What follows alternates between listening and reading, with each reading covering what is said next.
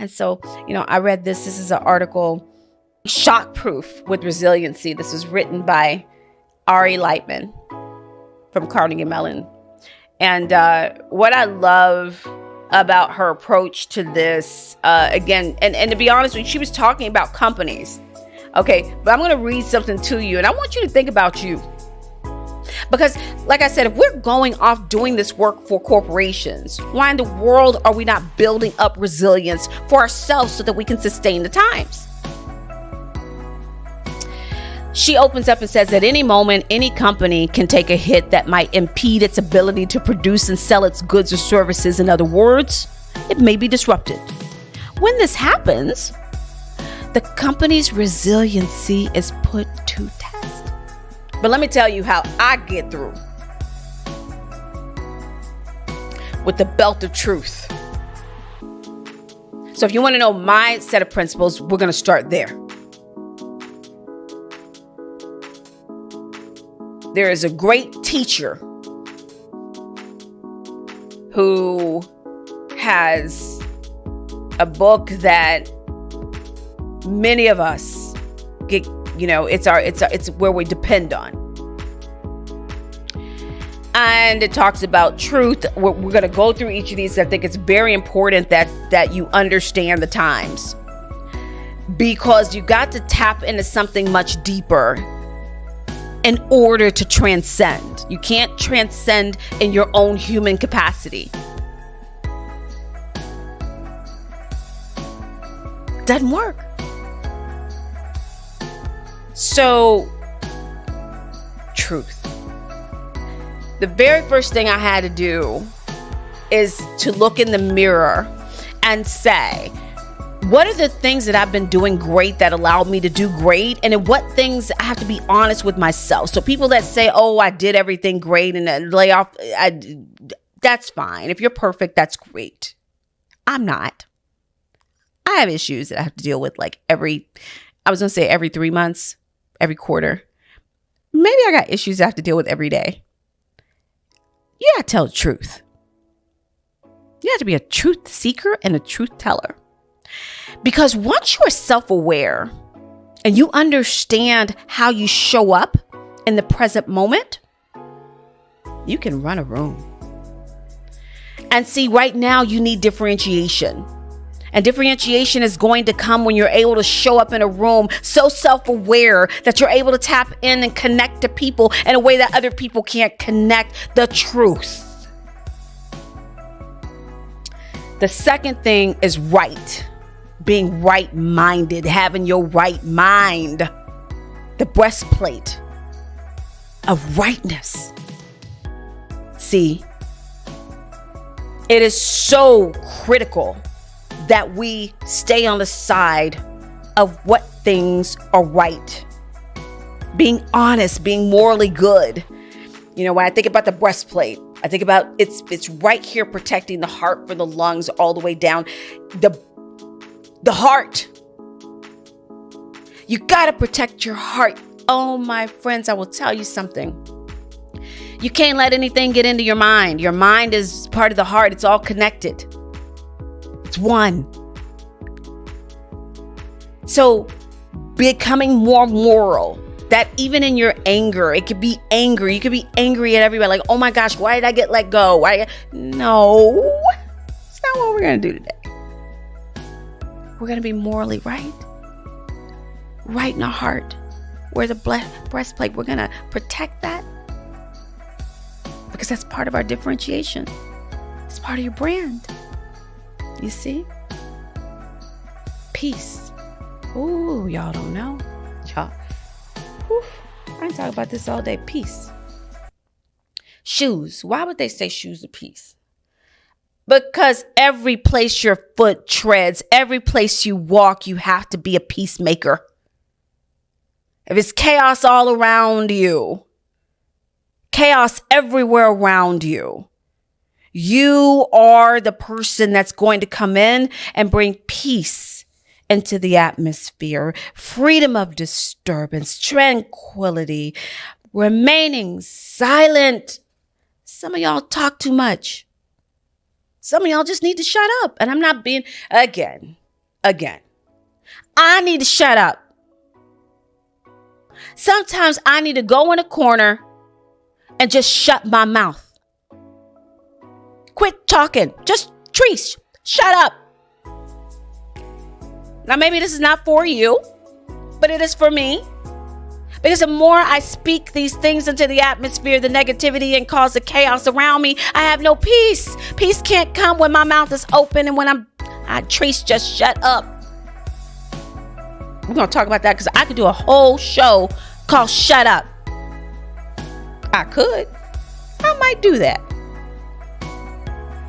Peace. Be still. Keep stillness around you.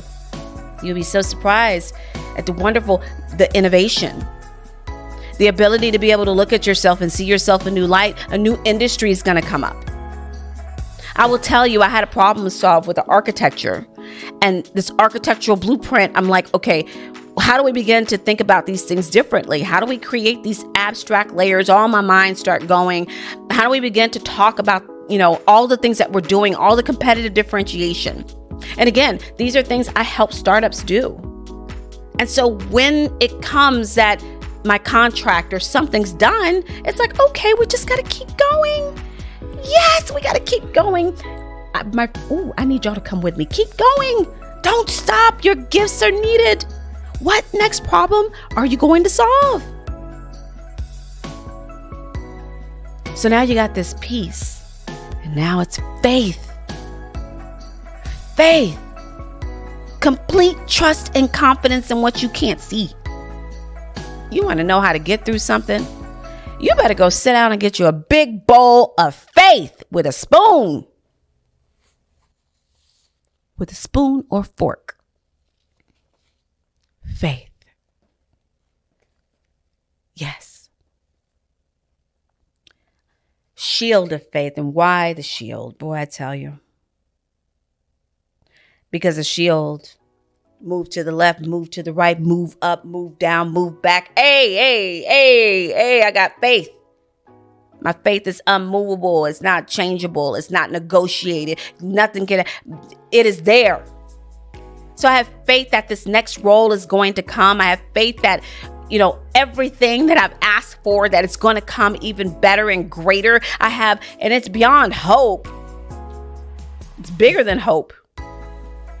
I don't just hope. I have to activate faith. Dr. Glenn talks about activating faith. And it's not just a desire. Hope is a desire for something to happen. Faith is just saying, hey, my circumstances are going to change. Maybe I am in a situation where I have to do something different, but I'm going to go solve new problems. Finally, the helmet. It's on the head. They call it salvation. I'm going to tell you something. All it is, it's preservation from the power and the effects of chaos, of problems. Put whatever you want to put in there. It is the realization of the supremacy of an infinite mind. Oh, whoa. That's just, and this is actually, if you Google it, salvation, the realization of the supremacy of an infinite mind over all, bringing with it destruction of illusion. So this is all about destroying illusion. It's persevering from destruction or failure. Perseverance. So it's on my head. It's in my mind, my brain. Everything that moves, it is protected because I am protected by the fact that I have an infinite mind, and it destroys the things that comes against it. And then finally, in all of this, through prayer, some people pray, some people meditate, some people do mindfulness. Think deeply. All of it's about thinking deeply. You go into deep thought. You get into your present moment. You're calm. All right, now listen. Those are the 7 things that you start your journey of resilience with. Truth, being right-minded, being peaceful, having big faith, persevering in your mind. Oh, and you know what? I left one out. The big one. If we think of a sword, how sharp a sword is, why would it be sword and spirit together? Two-edged sword. You can cut anything. You have a spirit of innovation in you. You have a spirit of creativity. You have a spirit of empathy, a spirit of greatness, a spirit of being a phenomenal leader, that leadership spirit. And you got to, with everything, you better be out there chopping stuff up, just throwing gifts everywhere, throwing gifts all over the place. Just I think of the Darth Vader sword. I wish I had one. I may get one because that thing lights up, it moves, it makes sound. Your spirit should be everywhere. Good energy that you're putting into the atmosphere. You're showing up in people's lives. You're doing great things for them. You're pouring your good spirit in them. You want to know how to be resilient?